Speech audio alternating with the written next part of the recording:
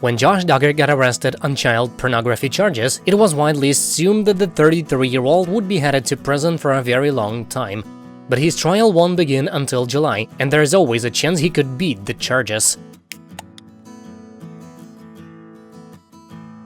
Josh's parents hired him a top-shelf lawyer, and he might go with a strategy of arguing that Josh has been framed by people who hate his family. It may sound ridiculous, but apparently that's what Jim Bob and company actually believe. But while he have a rough idea of what the defense's strategy might look like, little is known about how the prosecution might make its case against Josh.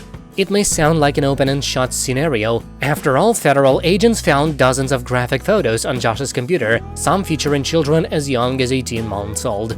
However, Josh is a pseudo-celebrity with an all-star legal team, which means anything could happen. And so the district attorney's office is pulling out all the stops and gathering testimony from Duggar's young victims.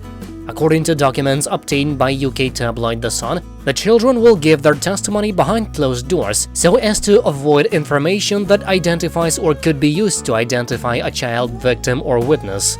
Cameras will not be allowed in the courtroom, but the judge is taking no chances with regard to the possibility that the witnesses might be identified by the press. Testimony will be given in a closed-door deposition, with transcripts delivered under seal to the judge. The children's names will not be used, and they will instead be referred to using generic monikers such as Minor Victim 1. This is an unexpected development, as it was believed that Josh had not had any personal contact with his victims.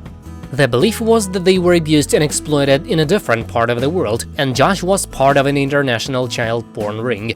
Obviously, in a just world, that alone would be enough to lock Josh up for the rest of his natural life.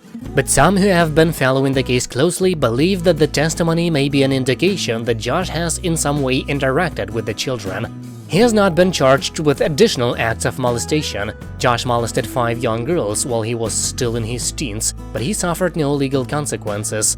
So it's unlikely that he played a role in producing the photos and videos. So is it possible that he knew his latest victims in some other way? We probably won't have an answer to that question until the case goes to trial next month. In the meantime, Josh is staying with friends of Jim Bob's while he awaits his trial. Josh is unable to live in the home he previously shared with Anna and his 6 children. She is currently pregnant with her 7th, and he's not permitted to share a roof with minors. Thankfully, it seems like the court is beginning to realize just what kind of monstrous predator they're dealing with. That's it for now, thank you for watching, please subscribe to stay tuned.